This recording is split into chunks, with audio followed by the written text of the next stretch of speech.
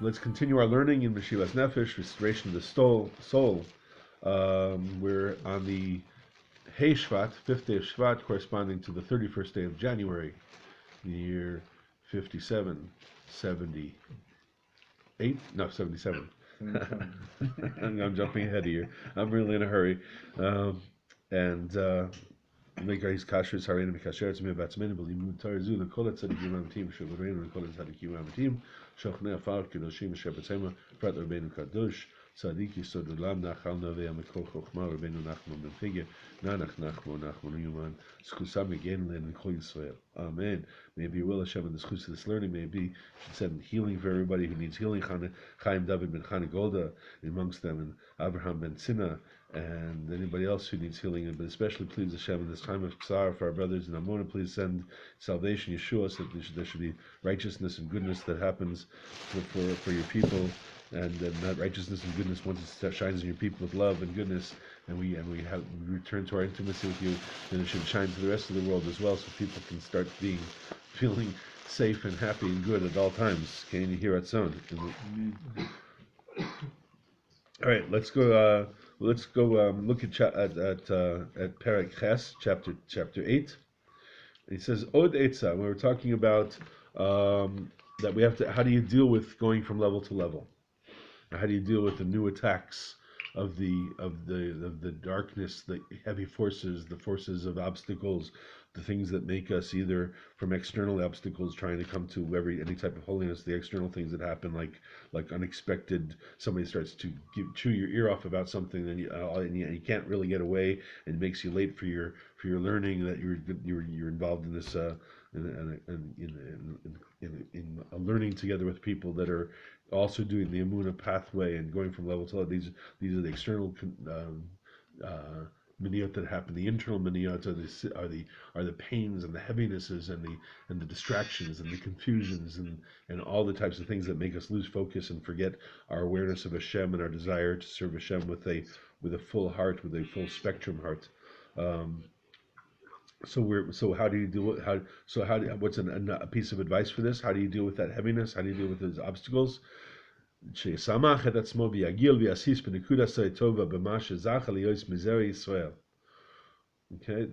we have to find simcha, because simcha burns all the klipas, everything that happens that comes against all the evil forces that try to stop us from our spiritual growth. If we just give ourselves joy, how? He says by taking pleasure and delight in the fact that no matter what, we were created as a Zera Yisrael. And last week we did talk about this, because we talked about what if you're not Jewish, how do you relate to this? And there's a part of truth that says even if you're one that desires God and desires the goodness and desires the truth of, if you desire God, then you're going to desire that He chose this people to be His priestly nation, and so therefore you can be. You can rejoice in that's in your heart, because that's also from God, and it's a reason to rejoice. So you can always rejoice, find that place, whether you're with the fact that you want God is a very special gift that's from God. So he says, so if you're trying to grow and you went through it and you're going through hard times and heavy feelings, make yourself happy about I can't do it right now, God. I'm trying to become a better person, and for whatever reason my addiction personality or whatever it is getting in the way and pulling me into a low place. But you know what? I'm going to let myself be happy with it. Why? The fact that at least that I want you. At least I would like to come closer to you. At least I'd like to live a more godly life. At least that. And so I'm going to be happy from that. That happiness actually helps. And the fact that that you and that you have drawn yourself towards people of truth. Again, if you're watching this, what's people of truth? The people, your friends that are. But we're learning from the teachings of Rebbe Nachman and the students. Those are people of truth. That we drew close to people of truth. That we drew close to each other. That are searching for truth. That the fact that you're watching this, if you're watching this is in a video right now, that the fact that you're doing that is bringing you closer to people of truth.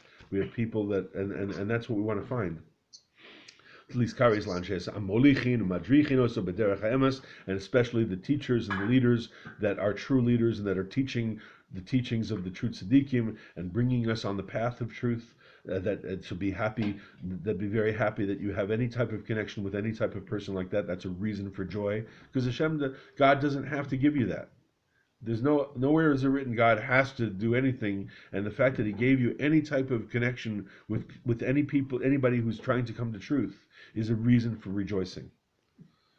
Asher al yedei zeh ein ech sheyeh yesh lo tikva tova lenetzach, and that you can be happy because that no matter how far you may have fallen, no matter how far we may have gone down, no matter what might have happened, that the fact that we're yearning for truth and trying to come to truth gives us hope and gives us good forever. Just the very fact that we're trying to draw close and we're coming close to the truth tzaddikim, and that fact in and of itself gives us reason to rejoice no matter what else is going on.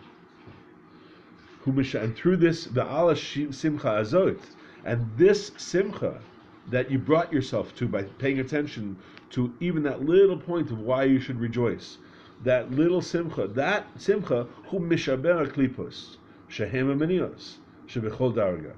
That joy, that feeling is able to destroy and break apart all the husks, all the forces that are attacking and trying to stop us in each level we get to on our spiritual journey. Okay, Ken Yoatzon. And as we've talked about before, the way to achieve this is not if you can choose it. If you can choose to feel happy, then do. And a good thing once you feel happy is imagine a silent scream, and paradoxically and ironically, I found that a silent scream of oi seems to be a really good vessel for screaming simcha. I know it sounds contradictory, counterintuitive. But I found that oi is a very good vessel to imagine a voice, your voice calling oi, and inside that voice you imagine how you're feeling joy. Wow, like a little child screams. Wow. But as I said, even though oi, we've only thought of oi as in pain, I found it a pretty good vessel to contain that my imagined infinite scream of joy. And so that's one way. And I have learned to inflame a deeper feeling of joy that burns through and pushes me through and helps me through when I'm feeling overwhelmed by attacks of heaviness or whatever it is. And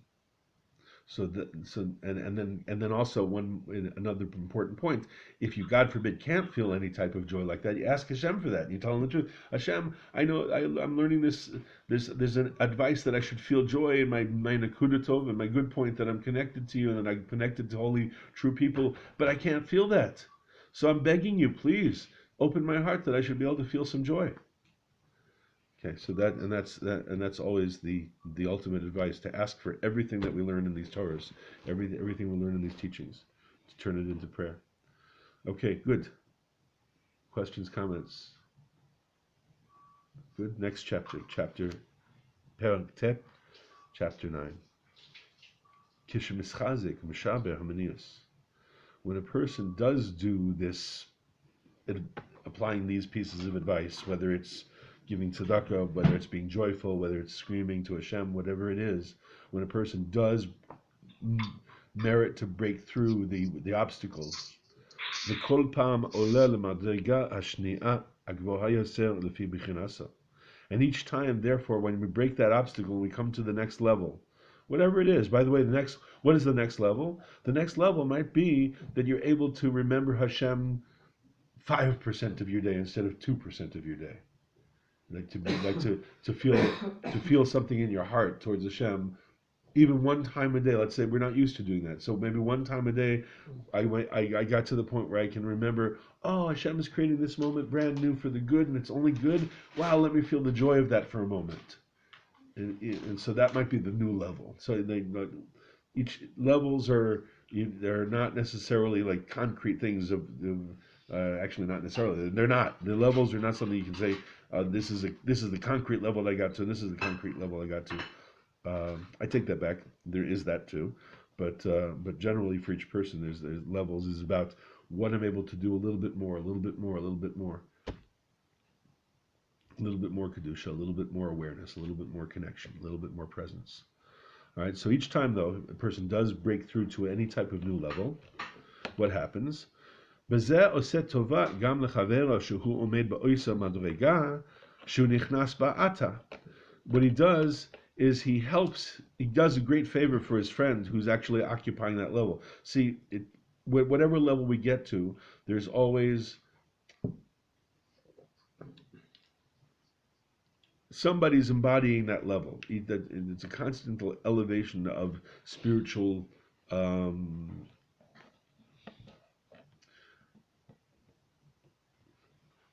spiritual wholeness, tikkunim, about each level. So, right. So we all occupy these different levels, and every time you break through and go to a higher level, you actually push your friend up to the next level too. Just like if you're on a stairway, unless it's a super wide stairway, but like a regular stairway, it's really hard for two people to stand on the same step. If you're on this step, he's going to have to go up, or he can go down. But in this case, when when we elevate spiritually, we help our friends, our fellow brothers and sisters, to be elevated spiritually, which is really nice, right? It's a really nice thing that's the case. So that's a nice little reward if when you see that you're able to go up a little bit, and you realize and we have to. This is something for me. I know I have to re-educate myself because I'm not used to thinking in terms like this. Why would I want to think in terms? Why would I want to pay attention to this? Because that's an extra little awareness of like all my work. My work, it's worth it. Because as you get as for me as I'm doing my spiritual work and it gets whatever more advanced hopefully I'm getting in each time, it's hard. It's like it becomes there's definitely it's not an easy thing. It's really worth it, but it's not easy. But for me, knowing these types of teachings and believing them and teaching myself to remember them, that not only am I helping myself in this little bit that I went up and now I'm getting attacked again, but I also help somebody else go up to a higher level. What does that mean, a higher level? Ultimately, it means a higher level of ability to perceive the goodness, to relate, which is connection to Hashem. And that makes sense on what we know now in the world, like on vibrational medicine, in consciousness. What used to be big jokes that there's such a thing called the psyche and it affects us. That was a joke. There's articles about in the scientific world they're closing in on a theory of consciousness. In other words, consciousness is its own entity in the world. Well, we know that, right? So, therefore, when we understand these things about vibration and consciousness, so if I'm on a higher consciousness than the person who is already on that same type of consciousness, now that elevates his consciousness, and so on. So this work is rewarding in so many levels. And remember, Meshivat Nafesh is really there. It's Rebbe Nachman's all his teachings are there for people who are beginners and people who are more advanced.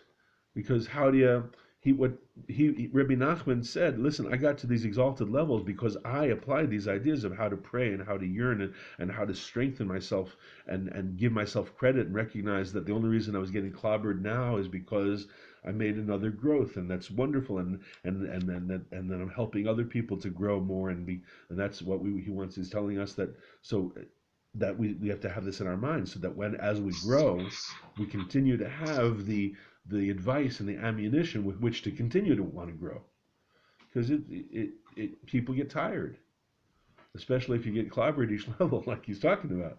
You get tired. So how do you keep? You have to encourage yourself. You have to encourage your friends. You have to remind yourself of these things. And so that's what Rebbe Nachman is saying. That just know that that's what's happening, and it's really wonderful, and it's an amazing thing that we get to do this. And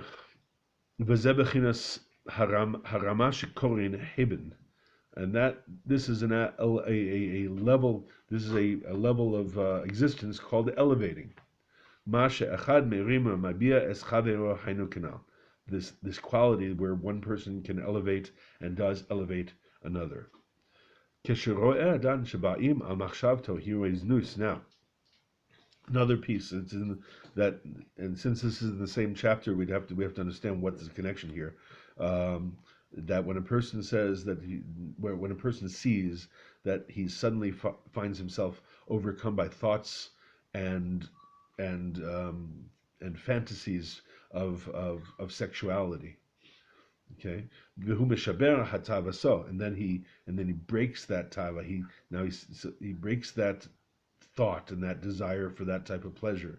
Umesiach dat tomehem, and he turns his focus. He doesn't let himself continue to stay uh, fixated on those types of thoughts.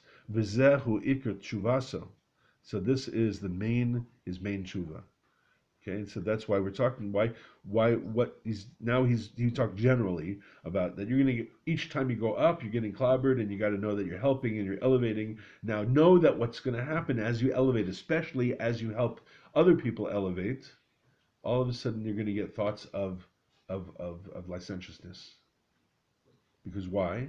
Because what you're doing is making you by elevating consciousness, we're making unifications in our awareness, and we're making unifications with not only us but other people. Because every person who gets elevated and has a higher level of consciousness, he's now embodying a more refined manifestation of absolute unity, right? And so, what's that in physical terms? Sexual intimacy. So those powers are going to be there, and the forces that want to draw that into the dark side are going to therefore attack with thoughts of sexuality. So you have to know that. And that you know that this is the Iker Tshuva, that means that this is going to happen. Because this is the main Tshuva, that when we have these things happen to us, when we have these thoughts come upon us, and we're able to turn away from them, Kizel B'chinas Tshuva Mishkal. This is called Tshuvat HaMishkal, and it's literally translated as the repentance or the return according to of weighing. Mishkal is like weight of Lishkol Mashu is to weigh it out. Chaim David, how do you like to translate Tshuvat HaMishkal? No, I've seen it both ways. It's also that, but here he calls it Tshuvat HaMishkal. I have an idea that I've thought of, but I was curious if you have a Masorah or anything about how did it. Mishkal is with a kuf. Yes, that's the way it's spelled here with a kuf. Right, because it's the same word with a gimel instead of a kuf. It means it means licentiousness. But here it means like mishkal, like weighing something, like a weight. And I'll tell you what I thought it meant. Mishkal is like when we're shokel, when we are weighing out what's going on. We're weighing it out. We're like considering what it is that I'm putting my how much of this I'm buying. Like weighing this out, right? So I was thinking that I weighed out, if I succumb to sexuality, my cheshbon, my weighing it out, was I was going to get my pleasure and my satisfaction from this physical experience, and I weighed it out wrong. What was I weighing out? My apportionment of light. Yeah, I don't know. Parrots like that idea when I mentioned it to him, but I was wondering if you had ever heard of anything different than that. But anyway, regardless, this is called Tshuvat HaMishkal, literally mamash.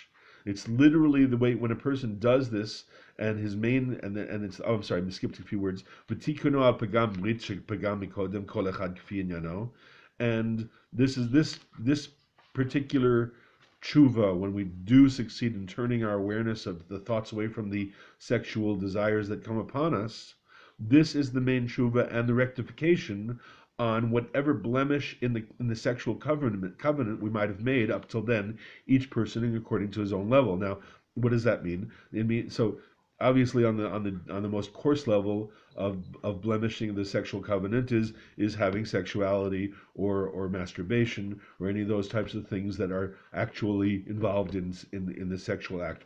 But there's also more refined levels of blemishing the covenant, because really the covenant of sexuality means, again, anything that we put our awareness on and our attention on to try to experience that feeling of unity and pleasure that happens in sexuality. So this can happen in actual sexuality, but also can happen in thoughts, in what we look at, what we allow ourselves to feast our eyes upon.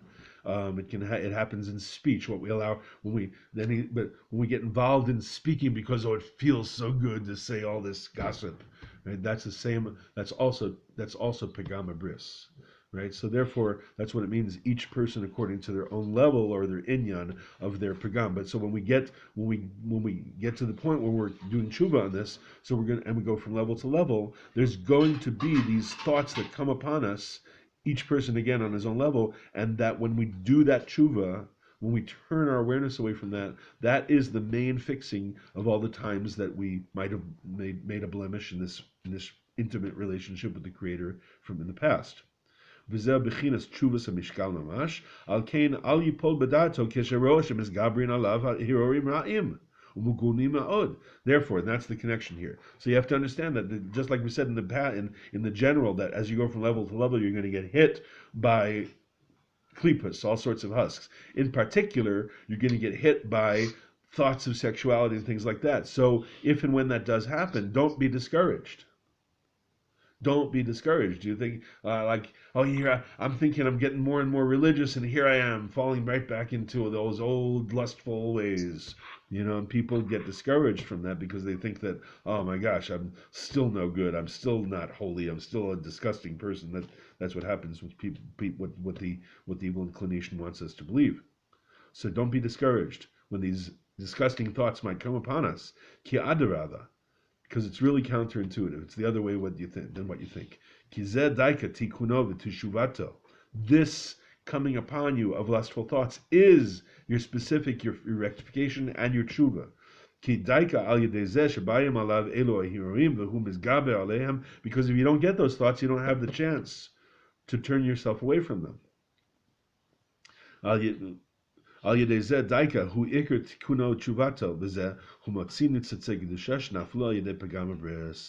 through this specifically, that's his main rectification, his main repentance. And through this, the fact that he was able to do it, he actually raises up and extracts the holy sparks that fell into the evil, and he extracts them and raises, and that the ones that fell because of the breaking the pagama bris, because of sullying the holy covenant. So those sparks that fell in, now the fact that he did this tshuva, he's actually extracts them and raises them back up. Okay,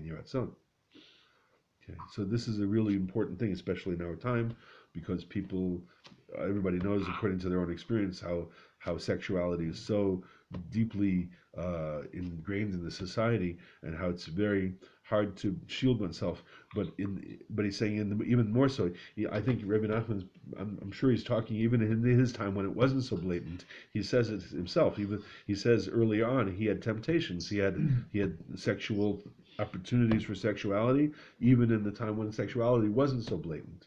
So how much more so when it is? So again, we have to encourage each other and ourselves, and not to become discouraged about these things. And actually, in a certain way, this is a signpost again that when we see these things, we have to train ourselves not only not to get discouraged, but to actually celebrate. Oh, this means I'm growing. This means Hashem is paying attention in heaven, that I'm serious, and He's sending me an opportunity to be strong like this, and to turn my thought away. Instead of focus to the Yetzer Hara is going to want us to look, you started looking at that again, you started thinking about it again, but I turned myself away. I didn't let myself do that. I didn't let myself go there. I turned away. And that's a celebration. Good. A little more? Are we... yeah? All right. Chapter 10, Perek Yud. Tzarich l'das shem lo kol haaretz kvodo. This is, every one of us needs to know this with a clear knowledge. What? That the entire world is filled with Hashem's kavod, and there's not any place empty from Hashem's kavod, and He fills all worlds, and He surrounds all worlds. Right? So that Hashem is inside all of us, and He surrounds us. and that his entire that every his what's his kavod? We've talked about that idea in the past. One way to say kavod is from the meaning of the word uh, weight, like what we give weight to in the world, right? And so therefore, it's possible to give weight to God's presence everywhere in the world.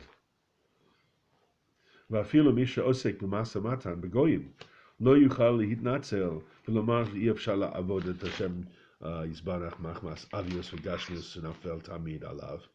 מחמס תמיד עליהם.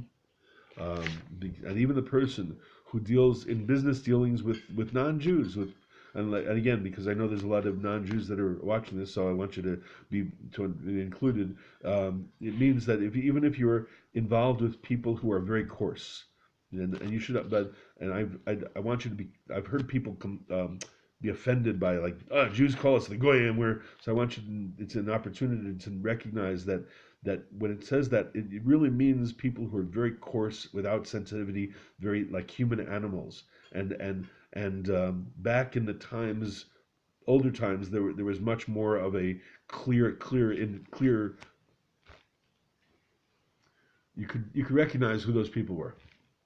But now we know that many people of the non-Jewish that are not Jewish have tremendous yearning for God and tremendous desire for goodness, and there's lots of reasons for that, but we don't have to get into that. But the main thing is that to know that that's acknowledged. And so when I say this, you shouldn't be offended. So even if you deal with very coarse people that are like goyim, like pure goyim, lo yuchali natseli, but you're not going to be able to, even if that's what's going on, that's your life, you're involved with people like that, you can't make excuses and say, it's not possible to serve Hashem because I work in the very, very crude and coarse and physicality and Hellenistic world, and because I do, I'm always it's so hard for me to do anything that has to do with godliness whatsoever, because I'm constantly involved in this type of world. כי בכל הדברים גשמיים ובכל לשונות הגויים יכול למצוא בהם אלוקוסו, כי בלא אלוקוסו אין להם שום חיוס וקיום כלל. Because the truth is that in everything that's physicality, and in every language of the nations of the world, and that means in every quality that's part of the non-holy world. You got the holy world called Am Kadosh as Am Yisrael, and the nations of the world are the embodiment of the opposite of that, and that's called Kedusha. And again, I'm conscious of this because recently somebody brought it up, so I'm conscious about people feeling offended. And again, I'm going to explain when I say Kedusha, that's a specific vibration of light that's pertinent to this Jewish soul, and it's translated as holiness, but it doesn't imply that a non-Jew can't have godliness, and that's what we're saying here. That even you can find godliness is everywhere, and hopefully each one of us is learning to illuminate it. And that's what it says. You can't make excuses. Like let's say you're not Jewish, and you can say, oh, the Jews don't like. They said I'm not holy. No, you can't make excuses because you can find godliness everywhere. It doesn't matter if you've been brought up in the most filthy lies. God forbid. It doesn't matter. So no matter what, you can't make excuses and say it's not possible to serve God because everything is full of godliness, no matter what. And because what the truth is, because there's nothing that can exist without the power of godliness, the vitality, the divine light infusing and giving life to everything. So there's no. So you can't ever make an excuse and say, oh, it's too. I remember once I was having a discussion with a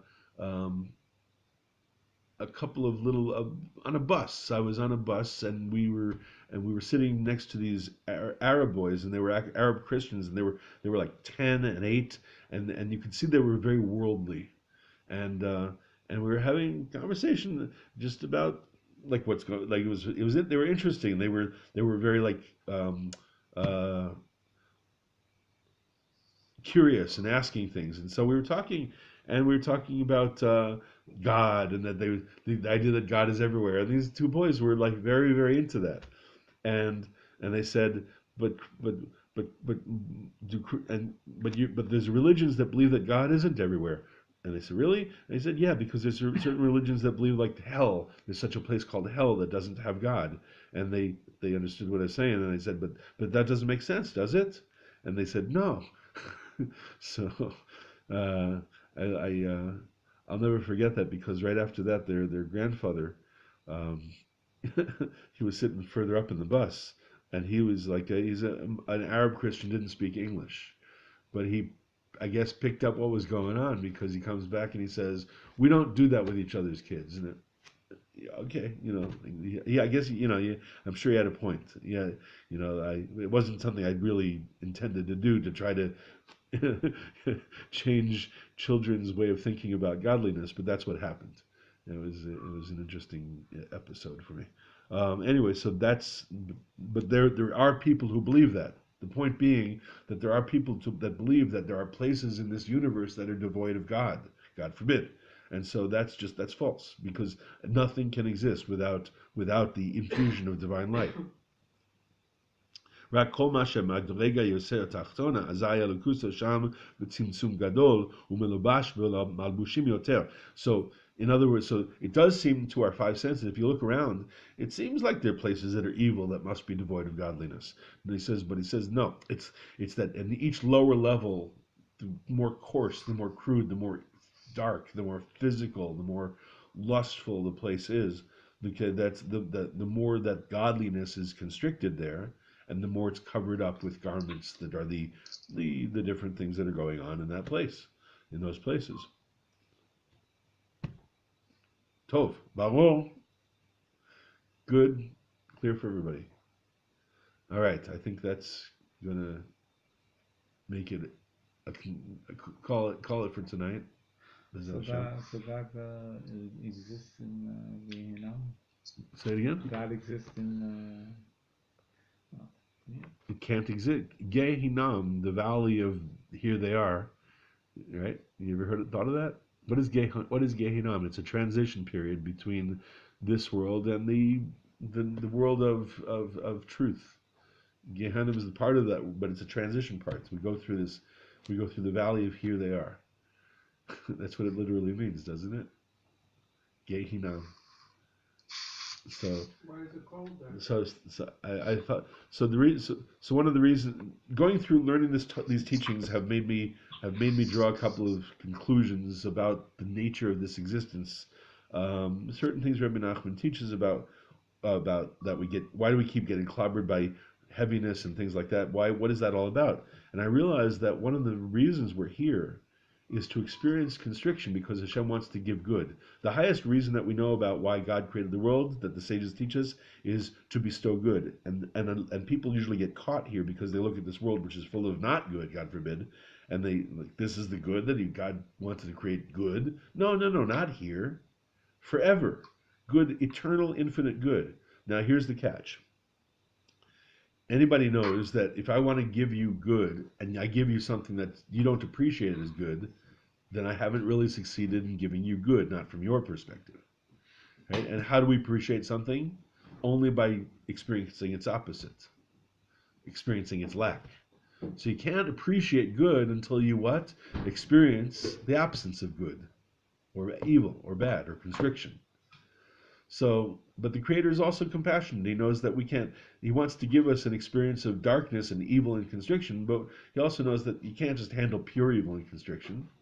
So what did He do? He created this world, which I call the playground of darkness. And one of the main reasons we're here is to go through constrictions. But, again, because the Father is compassionate, He gives us, it mixes it with pleasures. And also, that's just there's other reasons why, what we get out of being here as well. But on the side of on the highest level of cosmic truth, Hashem wants to give us good forever, and in order to be able to appreciate that good forever, He gives us each a peckle of evil that we each have to deal with in this world. And whenever we deal with that peckle of evil, that pain in this world, what we do is we build the future world. That when we raise up the holy sparks in that peckle, we build the future world. And that's part of the goodness of Hashem that gave us the opportunity to experience to do that. So, therefore, there's a certain amount of darkness. There's infinite good that Hashem wants us to be able to appreciate, and He had to create a huge amount of darkness to be able to do that. Right? But however, we know that Kate Sam Lechoshech, darkness is a finite creation. It's very, very big, but it's a finite creation. And therefore, what happens is that each of us has our own unique portion of darkness to raise up. And if we don't do it in this world, and here's the answer to the question about why it's called the Valley of Here They Are, if we don't do it in this world, we're forced to experience all of that, our own particular dose of pain, as we walk through this valley of here they are. What? Here are the painful experiences that you tried to avoid in this world. The difference is, in this world, those experiences are buffered. In the Gehinam, they're not buffered. It's pure. It's raw. But at the end, the worst evil, the worst person that's still not completely evil, the worst that he has to go through is 11 months of that. And we get breaks on Shabbos, and we get breaks on Rosh Chodesh, and we get breaks on Chagim, and we also get breaks when people do mitzvahs in our memory. We get a little elevation and lifting up out of that. But the Gehinam is a transitional place, and yes, Hashem made that so that what? So that we'd each raise up our own portion and completely build all the future blissful realms that we get to experience, each according to his own level, according to the Torah he learned and the mitzvahs he did and the tzaddikim he was attached to. Oh, that was a lot of light.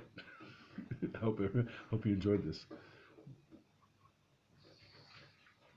You like that idea? I prayed about that. It's like just one of the things my teacher taught me, and that physiology teaches us, is you got to find the story that creates the most sense of safety and happiness. And you can choose your own story. So this story is a really nice story, so I've chosen it as my story. Okay.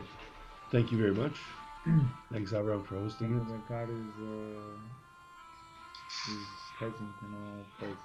Yeah, that's the point. That's the whole thing, Rebbe. And that's why there's never reason for despair. That's why there's always hope, because it's always Hashem, and He always loves you, and He's always with you, and no matter what. And even if it's painful, that's like the joke's on us. Like our society, our whole world taught us, like, pain's terrible, avoid it, do something, ignore it, get rid of it, it's bad. And that doesn't, and it's true, we're supposed to also do that. It's not that, it's just that there's two truths in each moment. Two truths that have to do with pain. One is that pain is evil, and we should try to, as much as we can, heal pain and reveal good. That's true. But also true is pain is Hashem's creation, and it's part of the ride of this existence, so that we can appreciate the infinite good He wants to give us. So that, for me, that being my story lets me laugh and cry. Because at the same time, He wants me, I can cry for somebody else's pain, I can cry for my own pain, because even knowing that it's all for the good, and it gives me the ability to appreciate the eternal good, doesn't mean that sometimes it's not excruciatingly hard, and crying to Hashem about how hard it is also part of the ride.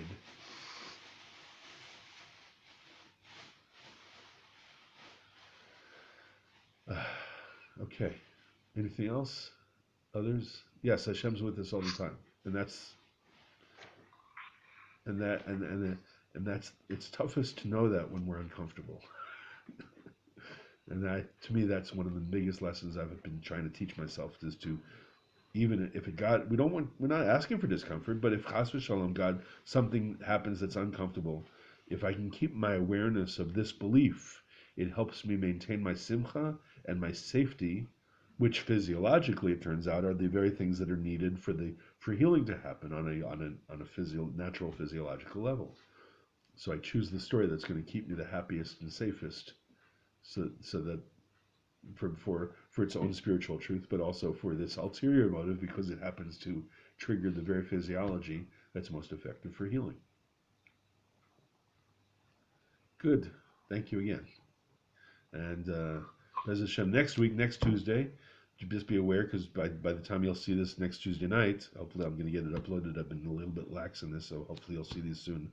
But next Tuesday is the day when it's a special segula, a special spiritual power is activated for parnasa, for livelihood, by saying the Parshat Haman, the recitation of the verses about the falling of the man in the desert, and particularly to say it Shnei Mikra Echad Targum, to say 2 times the Hebrew verse and 1 time the Aramaic translation of that verse.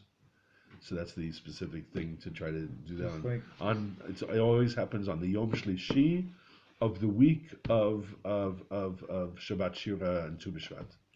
So were you supposed to And do it'll be a Shnei Parsha Mikra on the B'Shalach. Parsha on? I know you're supposed to Right, do it because every it's in Parsha week, B'Shalach. but- What?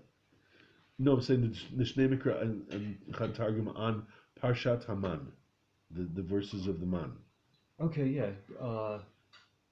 I thought you'd just say it in Hebrew. You don't have to say, like, do the commentaries of Parsha Haman. No, what? On that day, is it a specific rule to say it twice and once targum? Right. That's the specific segula. Is that from Rebbe Nachman explains, by the way, why we do it with saying twice in Hebrew and once in Aramaic. There's a reason. There's spiritual sifting that happens through that. Yeah. But specifically, yeah. This segula was given by Rebbe Nachman of Breslov. Hello? Yeah, this. So, in case you didn't hear, he said this segula was first illuminated by the holy tzaddik Reb Mendele of Rimenov, who lived in, I believe, the mid 1800s. Again, thank you, and Shikach, have a great week. Do the segula, cool thing to do, and Bez Hashem, we'll see you next time.